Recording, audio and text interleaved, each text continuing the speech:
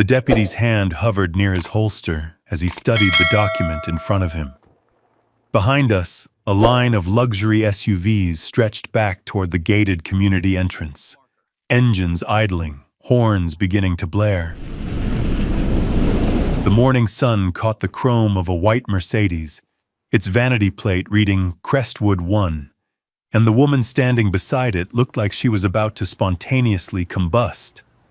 She screamed into her phone while pointing at me with her free hand. Her light blue designer suit somehow still immaculate despite the fact that she had been pacing back and forth on gravel for the past 20 minutes. I leaned against my pickup truck, coffee mug warming my calloused fingers, and waited for the verdict I already knew was coming. The deputy looked at my deed, then at her, then back at me. His voice dropped to something almost like a whisper. "Ma'am, this man does not just own the property up there. He owns the road you are standing on. Every vehicle in this community has been trespassing for 17 years. The silence that followed was absolute. Even the birds seemed to stop singing. Margot Holloway, president of the Crestwood Estates Homeowners Association, let her phone slip from her fingers. It hit the gravel with a crack that echoed like a gunshot. She called 911 on my first morning here. By sunset, I had filed federal charges against her entire operation, and by the end of the month, I owned her house too. But I am getting ahead of myself. Let me take you back 72 hours, to the moment when I first set foot on land that would change everything. The pickup truck groaned as it climbed the mountain road, its engine straining against the grade. I had owned this vehicle for 11 years, bought it with the first real paycheck I ever earned, and it had seen me through the more than most marriages survive. The dashboard was cracked. The radio only picked up AM stations, and there was a squeak in the left rear suspension that no mechanic had ever been able to fix. But it ran. And right now, running was all I needed.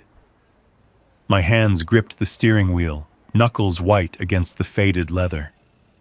They were working hands, scarred across the palms from years of fieldwork, calloused at the base of each finger. A faded Federal Highway Administration patch sat on the dashboard, edges curling from years of sun exposure. Next to it, a settlement check stub that still did not feel real. $1.7 million. 17 years.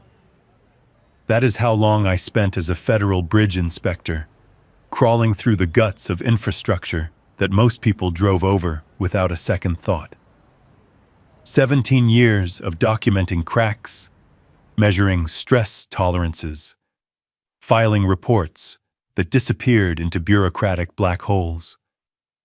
17 years of watching inspections get falsified, guardrails installed with substandard bolts, safety concerns buried under paperwork designed to protect budgets instead of people. Then the Millbrook overpass collapsed. I still remember the sound, not the crash itself, but the silence afterward. That terrible, weighted silence before the screaming started. 3 of my colleagues were on that bridge when it fell. Men I had worked beside for over a decade. Men whose warnings had been ignored, just like mine. The school bus that went down with them carried 42 students home from a field trip. By some miracle, most of them survived with minor injuries. But 3 families buried their children that week, and nothing in my settlement check would ever change that math. The investigation that followed blew the lid off a decade of corruption. Falsified inspections, bribed contractors, a systematic pattern of neglect that had put millions of Americans at risk every single day. I testified for 18 months, lost my career, lost most of my friends, gained a target on my back that made staying in Virginia feel like waiting for a bullet. The settlement money came with a price. Death threats from the executives I had exposed, suspicious cars following me home, anonymous calls at 3 a.m. promising that accidents happen to people who talk too much. My lawyer had been blunt. Disappear for a while. Find somewhere so remote that even trouble would get tired looking for you. That is how I found Old Sawmill Ridge. The listing had been buried at the bottom of a real estate website. The kind of property that algorithms forget about because nobody searches for 23 acres of mountain wilderness with no cell service and questionable road access. Cash only. As-is condition includes all water rights, mineral rights, and access easements as originally recorded in 1887. That last detail had caught my attention. Access easements. In my line of work, easements were the difference between a road that belonged to everyone and a road that belonged to someone. Most people never thought about who owned the ground beneath their tires. I had spent my entire career thinking about nothing else. The property photos showed dense forest, a crumbling sawmill foundation, and a small cabin that looked like it had been built by someone who valued function over form. Perfect. I wanted isolation. I wanted silence. I wanted a place where the only sounds were wind through pine trees and my own breathing. What I got was a war. The road leveled out as I crested the final ridge, and that is when I saw the first sign that something was wrong. Fresh tire tracks cut across the gravel, deep grooves that suggested heavy vehicles traveling at speed. According to my research, this road led to my property and nowhere else. It had been marked as private access since the Eisenhower administration. So why did it look like a highway? I slowed the truck and studied the landscape. Dense forest on both sides, exactly as the listing promised. But through the trees to my right, I caught glimpses of something that did not belong. Rooftops. Lots of them. Modern construction with clean lines and expensive finishes, clustered in what looked like a planned development about half a mile down the slope. A utility pole rose from the brush beside the road, thick cables running from its crossbar directly toward those distant houses. The pole stood on my land. According to the survey map I had memorized during the closing process, everything within 50 feet of this road belonged to me, which meant those cables were crossing my property without permission. I pulled over and stepped out of the truck, boots crunching on gravel that should have been mine alone. The air smelled like pine and morning dew, but underneath it, I caught something else. Exhaust fumes. Fresh ones. Someone had driven this road recently, probably within the last hour. That is when I noticed the sign. It was small, almost hidden by overgrown brush, but the words were clear enough. Crestwood Estates. Private road ahead. Authorized residents only. I stared at that sign for a long moment, feeling something cold settle in my chest. Private road. Their private road. Except, according to every document I had reviewed, signed, and filed with the county, this was not their road at all. It was mine. The barrier appeared around the next bend, and any remaining doubt evaporated like morning mist. A mechanical arm, painted in cheerful yellow and black stripes, stretched across the road at what I now recognized as my property line. Security cameras perched on metal poles, their red lights blinking in steady rhythm. A small guard booth stood empty beside the barrier, its window reflecting the morning sun. I pulled up to the arm and stopped. The cameras swiveled toward my truck with mechanical precision, tracking my movements like predators sizing up prey. A speaker mounted on the booth crackled to life. "This is a private community. State your business or turn around. The voice was female, sharp with authority, and absolutely certain of its own importance. I leaned out my window and looked directly at the nearest camera. My business is that I own this road. I just bought the property it leads to, and I am pretty sure this barrier is sitting on my land. Silence. Then the speaker crackled again, but this time the voice had changed. It was harder now, with an edge that suggested I had just said something very inconvenient. Stay where you are. Someone will be with you shortly. I did not have to wait long. The white Mercedes came around the corner from the development side at a speed that suggested its driver considered traffic laws optional. It skidded to a stop beside the guard booth, and the woman who emerged moved like someone who had never been told no in her entire life. She was perhaps 58, maybe 60, with blonde hair styled into what I could only describe as architectural precision. Her light blue suit probably cost more than my truck was worth, and she carried a clipboard like other people carry weapons. Everything about her screamed authority, from the set of her shoulders to the way her heels attacked the gravel with each step. But it was her eyes that told me who I was really dealing with. They swept over my truck, my clothes, my face, cataloging and dismissing everything in a single glance. I had seen that look before, on the faces of executives who thought their corner offices made them untouchable. It never ended well for them. You cannot park here. The words came out before she had even reached speaking distance. This is a violation of community standards.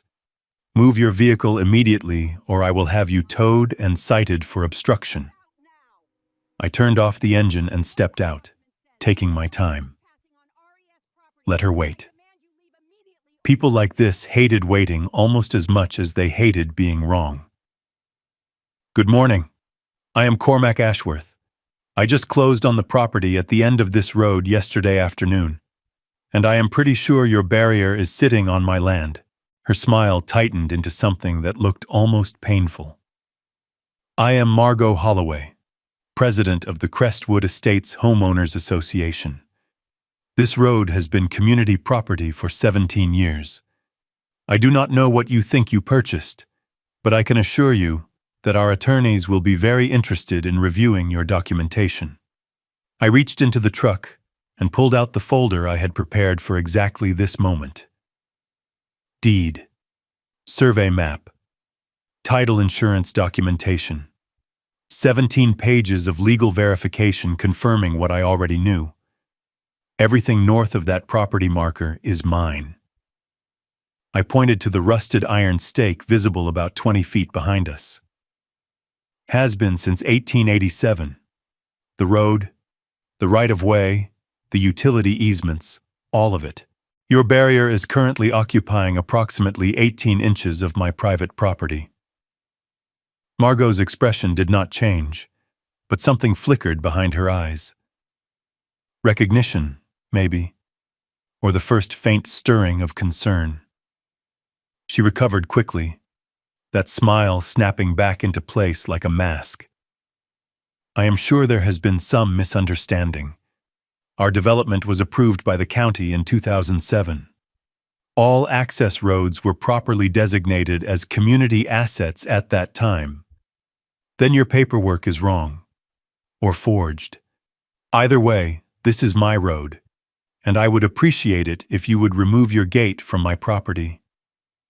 She studied me for a long moment, and I could practically see the calculations running behind her eyes.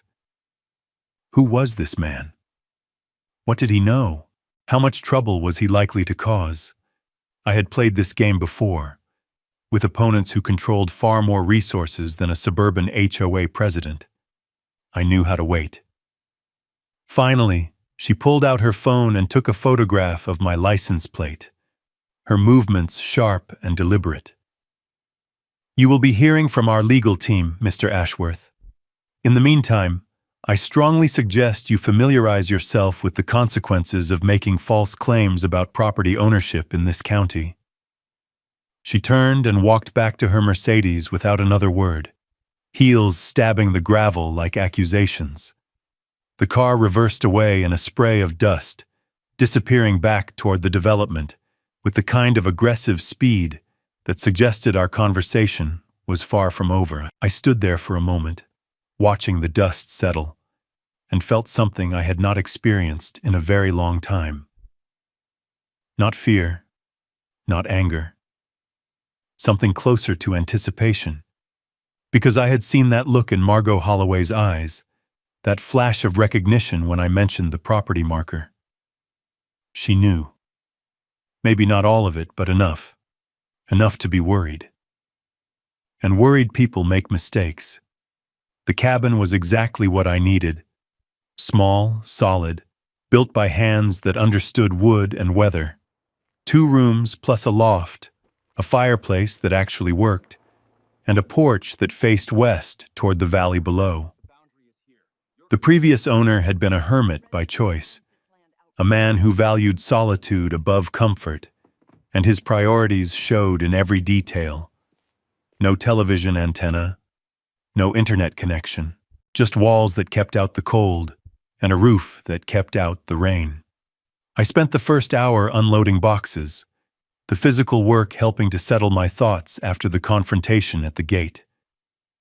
My furniture would not arrive until tomorrow, so tonight would be a sleeping bag on the floor and whatever I could heat over the fireplace. After 17 years in federal service, I had slept in worse conditions. The sun was setting by the time I finished, painting the sky in shades of orange and purple that no photograph could capture.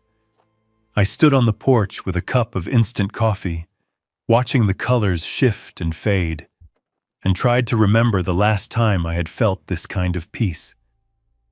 That is when I noticed the scar. I had changed into a fresh shirt after unpacking, and for a moment, I caught my reflection in the cabin window. The mark ran down the center of my chest, a thin white line that started just below my collarbone and disappeared beneath my waistband. I am 3 years old now. Sometimes I forgot it was there. Other times, like now, it felt like the only real thing about me. The doctors had called it a miracle. Complete heart failure following the stress of the Millbrook investigation. My body finally giving out under the weight of 18 months of testimony and threats. I had been on the transplant list for 2 weeks when the call came. A donor match. A 52-year-old woman killed in a traffic accident, who had registered as an organ donor years before her death. They gave me her heart. They gave me her life. And they gave me something else, too. A small bundle of personal effects that her family wanted me to have. A handwritten note saying that she had been a musician, and a folded piece of sheet music, yellowed with age, with a dedication written at the bottom in fading blue ink. For my daughter. Because every note in this song is a moment I watched you sleep. I had never learned to read music, could not play a single instrument. But I had kept that paper in my wallet for 3 years, taking it out sometimes late at night when sleep would not come. There was something about it that felt important, something I could not quite name. The sunset faded to darkness, and I went back inside to start my research. If Margot Holloway wanted a fight, I was going to make sure I understood exactly what she was fighting to protect. Right there, standing on land that had been mine for less than 24 hours, I realized this was not just about property lines. This was about power. Who has it? Who takes it? And who gets to keep it? Quick question. Where are you watching from right now? Drop your country in the comments below. I read every single one. The laptop screen glowed in the darkness of the cabin, casting blue shadows across the rough-hewn walls. I had spent 3 hours digging through county records, and what I found made the confrontation at the gate look like a minor misunderstanding. Old Sawmill Ridge had been a logging operation in the 1880s, one of dozens that stripped these mountains bare before anyone thought to stop them. The road I had driven that morning was built to haul timber, wide enough for horse-drawn wagons loaded with old-growth pine.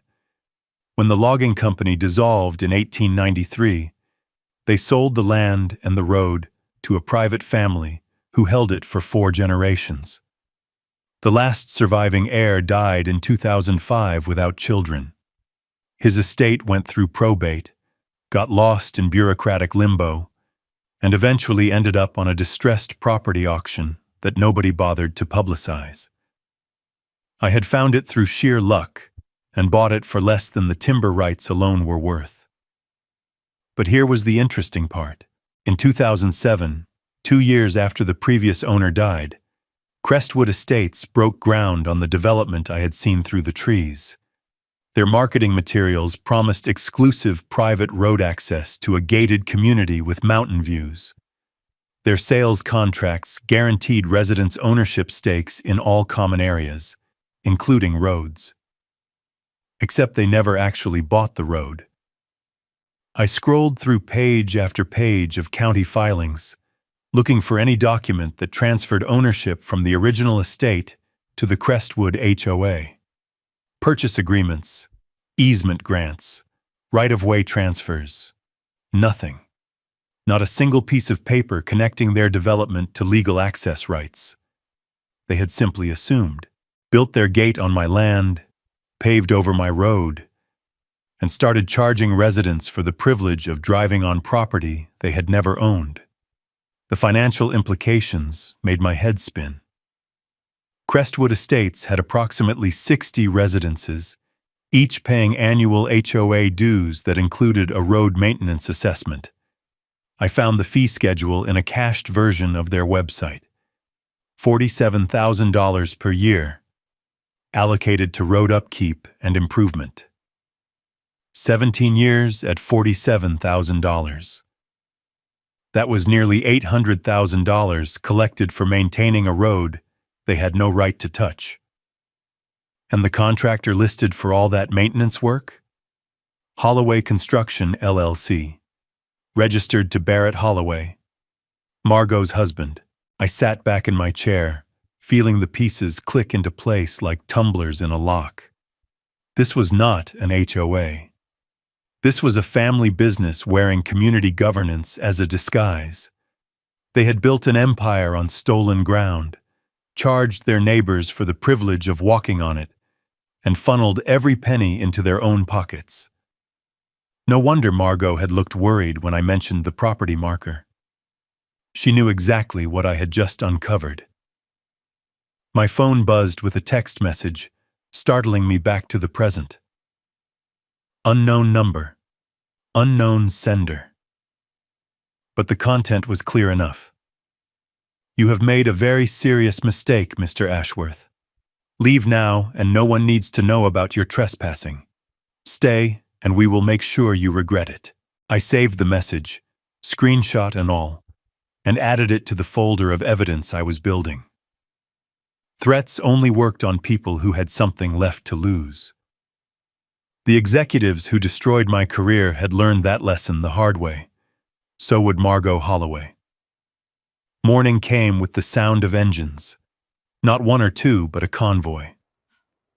I stepped onto the porch with coffee in hand and watched 2 sheriff's cruisers wind their way up my road. Light bars flashing, but sirens silent.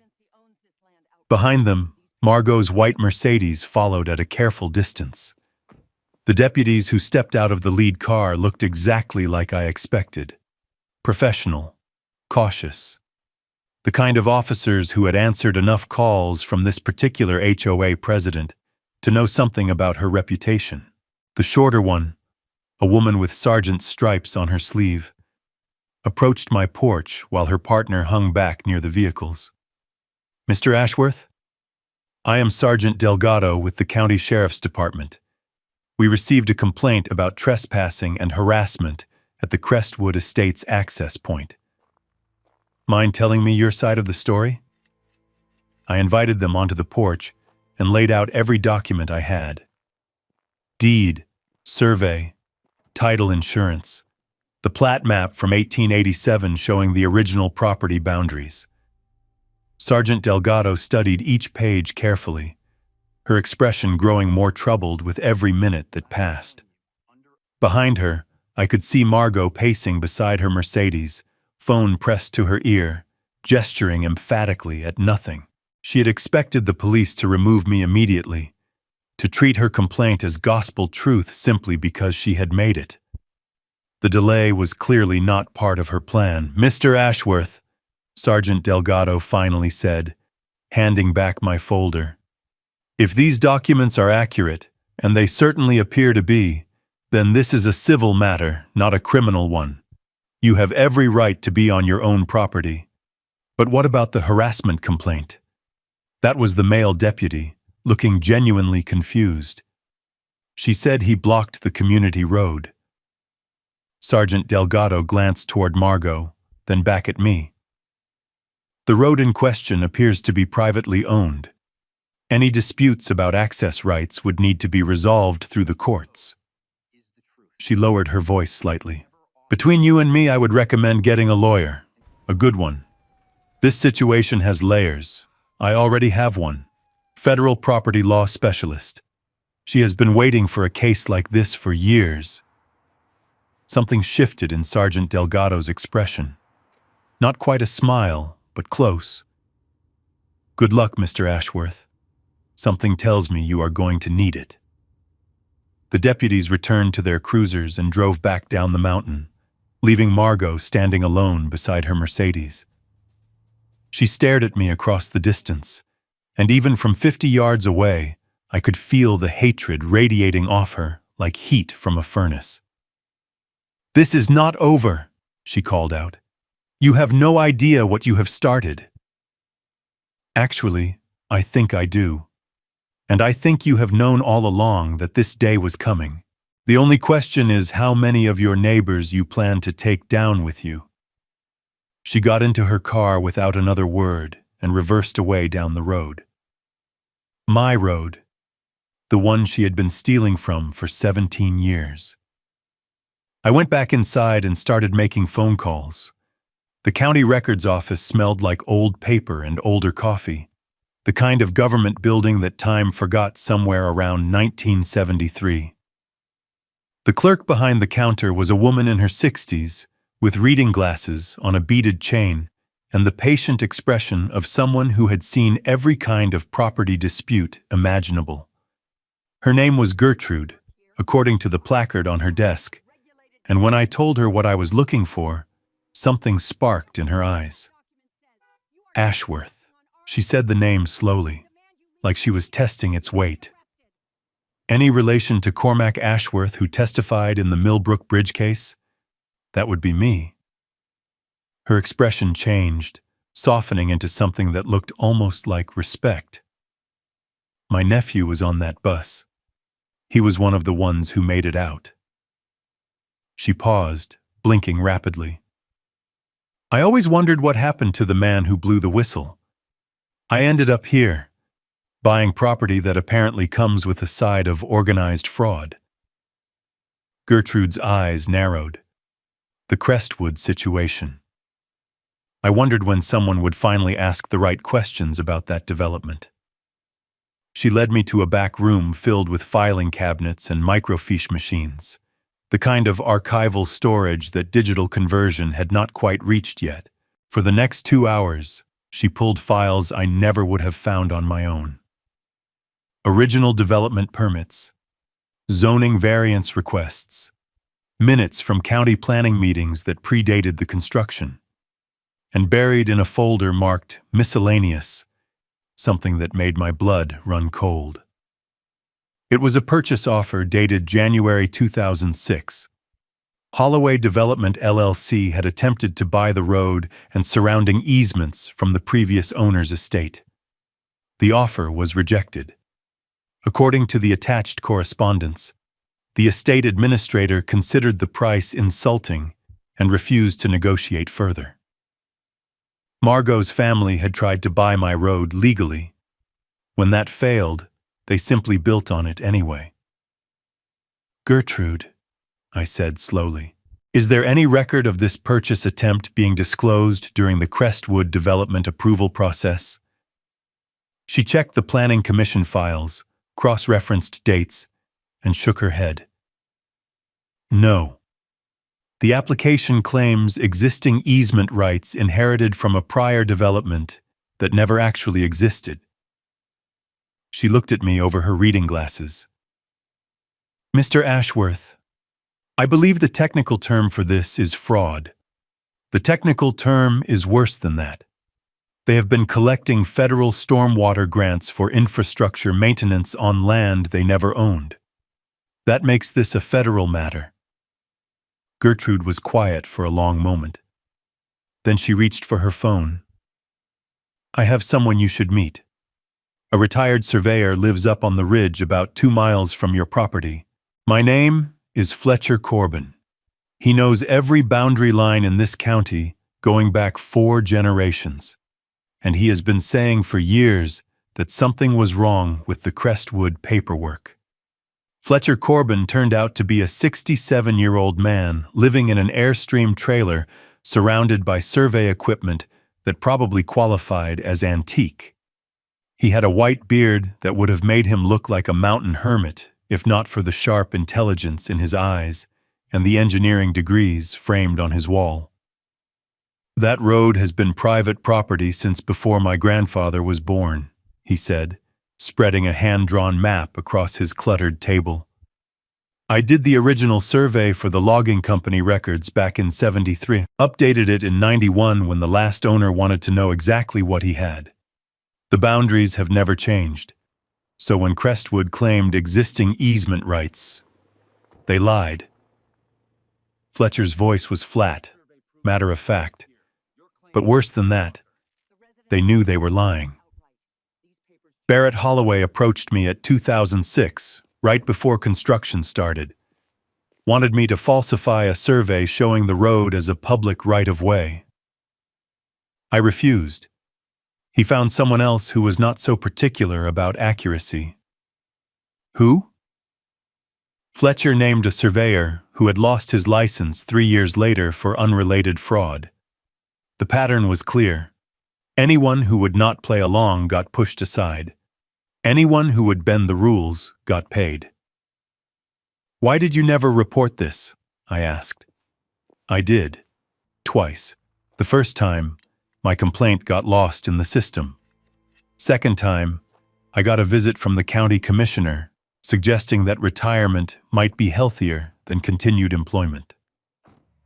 Fletcher smiled grimly.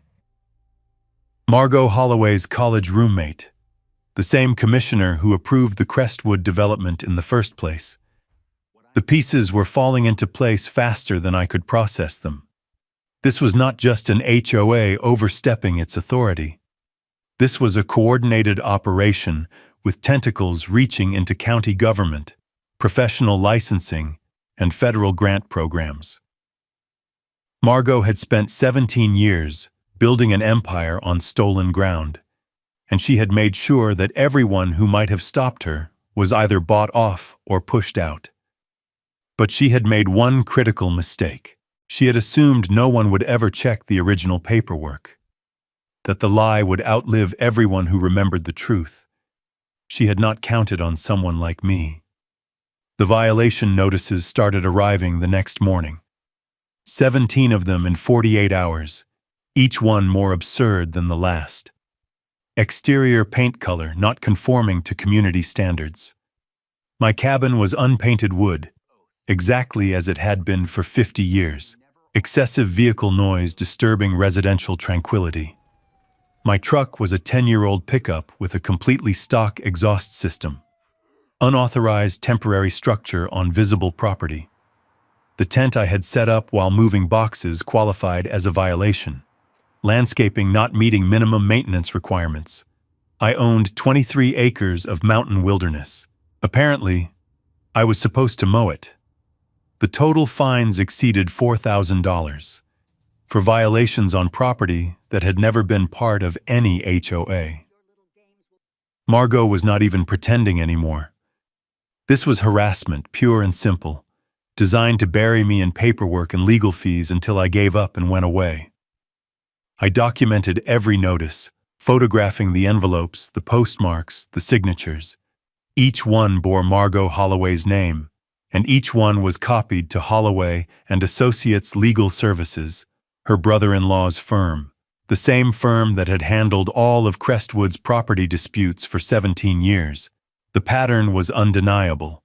Husband running the construction company, brother-in-law running the legal protection, college roommate running the county approval process, and Margot herself sat at the center of it all, pulling strings like a puppet master who had forgotten that puppets sometimes cut their own strings. I filed every notice in a folder labeled Evidence and started preparing for the community meeting that Margot had scheduled for the following evening. If she wanted a public confrontation, I was happy to oblige. But I would be bringing more than accusations. I would be bringing proof. The Crestwood Estates Community Center was larger than I expected, a converted ranch house with a meeting room that could hold about 80 people. By the time I arrived, nearly 60 residents had already taken their seats, their faces a mixture of curiosity and concern. Word had clearly spread about the new property owner who was causing trouble. Margot stood at a podium near the front, flanked by 3 board members in matching navy blazers. Her light blue suit looked freshly pressed, her hair perfect, her expression radiating calm authority. She looked like someone who had given this kind of presentation 100 times before, someone who knew exactly how to control a room. But something in her eyes gave her away. A flicker of tension when she spotted me entering through the back door. A slight tightening around her mouth when I took a seat in the last row instead of leaving, as she had clearly expected. "Good evening, everyone." Her voice carried the practiced warmth of a professional speaker. "Thank you for coming on such short notice. As you may have heard, we are facing a situation that requires immediate community attention." She launched into her prepared remarks, painting me as an outside agitator who had purchased adjacent property through questionable means and was now attempting to extort the community by claiming ownership of our private road. Her words were careful, legally vetted, designed to turn the room against me without saying anything actionable. The residents shifted in their seats, some nodding along, others looking uncomfortable. I recognized the dynamic: fear of change, trust in authority, the natural human tendency to believe whoever spoke first and loudest. Margot finished her presentation with a call for unity. "We built this community together. We will not let one person's greed destroy what we have created. The HOA board recommends a special assessment to fund legal action protecting our road access rights." That was when I stood up. Every head in the room turned toward me. Margot's expression froze, her prepared smile suddenly looking more like a grimace. "Mr. Ashworth, this is a meeting for Crestwood residents only. You do not have speaking privileges here. You are absolutely right. I am not a resident of Crestwood Estates. I am the legal owner of the road that every person in this room used to get here tonight." The murmuring started immediately, a low buzz of confusion and concern rippling through the crowd. "I am also the owner of the property where your main gate is installed, the ground where your utility lines cross, and the easement your stormwater system drains into. According to county records, this HOA has been collecting $47,000 per year for maintenance on a road it does not own. 17 years of collections, nearly $800,000. Does anyone in this room know where that money actually went?" The murmuring grew louder. Several residents pulled out their phones, presumably searching for the records I had just referenced. A woman in the front row stood up and turned to face Margot. "Is this true? We have been paying road assessments for 15 years. Are you telling me we do not actually own the road?" Margot's composure cracked. "This man is lying. Our attorneys will address these baseless accusations through proper legal channels. Your attorneys are your brother-in-law's firm." I kept my voice steady, letting the facts speak for themselves. "Your contractor is your husband's company. The county commissioner who approved this development is your college roommate. This is not community governance. This is a closed loop designed to funnel money from your pockets into theirs." The room erupted. Residents shouting questions. Board members looking at Margot with expressions ranging from confusion to betrayal. Someone near the middle was already on the phone with what sounded like a lawyer. 2 security guards approached me from the sides, clearly planning to escort me out. I raised my hands in a gesture of peaceful surrender. "I will leave voluntarily, but I want everyone in this room to do their own research. Check the county property records. Look up the original development permits. Ask yourselves why you have never seen an independent audit of the road maintenance fund." The guards walked me to the door, and I went without resistance. The point had been made. Seeds had been planted. Now I just needed to wait for them to grow. But as I stepped into the parking lot, I noticed someone standing in the shadows near my truck. A woman, mid-30s, with dark hair and an expression that seemed caught between fear and determination. She moved like someone who was used to being overlooked, which made her presence here even more conspicuous. And standing beside her, half hidden by the darkness, was another figure, younger, female, with eyes that met mine across the distance and sent a jolt through my chest that I could not explain. My heart, the borrowed heart that beat in my chest, suddenly felt like it recognized something, or someone. The woman stepped forward into the light. "Mr. Ashworth, my name is Delphine Merriweather. I have been the HOA treasurer for 9 years, and I have evidence that proves everything you just said in there." She paused, glancing back at the younger woman still standing in shadow. "But that is not the only reason I needed to talk to you tonight." Delphine handed me a flash drive that felt heavier than its size should have allowed. 9 years of financial records, she explained, her voice barely above a whisper. Bank statements, invoices, email chains between Margot and her husband about billing for work that was never performed. Barrett Holloway has charged over $680,000 for road maintenance since 2012. I drive that road every single day. It has not been touched once. The younger woman stepped forward into the light, and my heart stuttered in my chest. She was perhaps 32, with dark hair and eyes that held something I could not quite name. "A music teacher," Delphine said, introducing her. "Hoa Caldwell. She was the only person who ever demanded a public audit at an HOA meeting. Margot made sure she lost her teaching contracts with the school district the following month. Hoa extended her hand, and when our fingers touched, something passed between us that made no logical sense.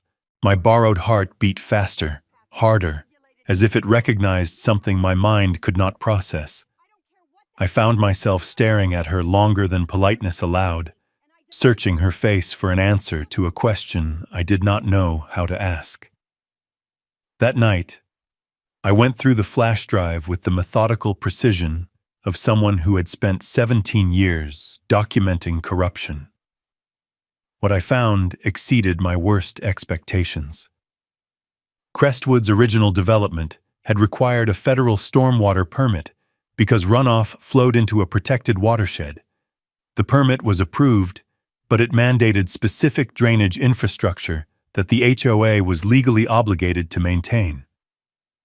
That infrastructure had been built on my property, without permission, without easement, and the federal grant money allocated for its maintenance had been billed by HOA construction year after year for work that satellite imagery proved had never been performed.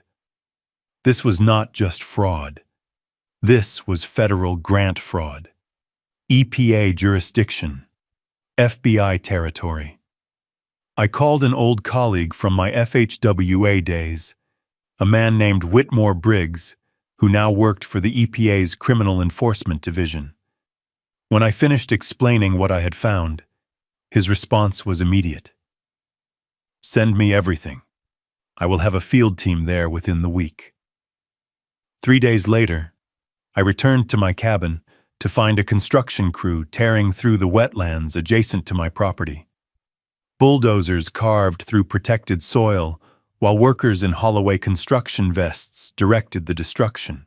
Margot was building a bypass road, attempting to route around my property entirely.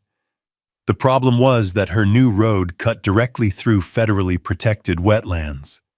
No permits, no environmental review. Just desperation made manifest in diesel fumes and churned earth. I documented everything on video, narrating the date, the location, the company markings on every vehicle. Margot was no longer just violating HOA regulations. She was committing federal environmental crimes in real time, and she was doing it on camera. The next morning, I installed a professional barrier gate across my road. Private property. No through traffic. Authorized access only. By 7:30 a.m., 23 vehicles were lined up behind my gate, including a school bus that could not complete its route. Margot appeared within minutes, screaming through the fence about illegal imprisonment and hostage-taking. I remained calm, explaining that I was simply protecting my private property from unauthorized use. If the HOA wanted to negotiate a legal easement agreement, I was available for that conversation. She threatened lawsuits. She threatened criminal charges. She threatened things that would have made a lesser man flinch. But I had faced down corporate executives who controlled billions of dollars and employed private security firms. A suburban HOA president with a fraudulent empire did not frighten me. If you are still here at this point, you have watched a 17-year empire start to crumble in real time. And trust me, what happens next makes everything before look like a warm-up. Drop a fire emoji in the comments if you are ready for the finale. I see every single one. The morning of the federal raid, Hoa found me near the gate. She had been watching from the crowd of curious residents when a gust of wind caught my jacket and sent something fluttering to the ground between us. The sheet music. The folded paper I had carried in my wallet for 3 years without understanding why. Hoa picked it up, and her face went pale. Her lips began to move, reading the notes, and then she started to sing. When the stars forget to shine, I will remember you were mine. Every heartbeat, every breath, was a love that conquered death. She knew every note, every word.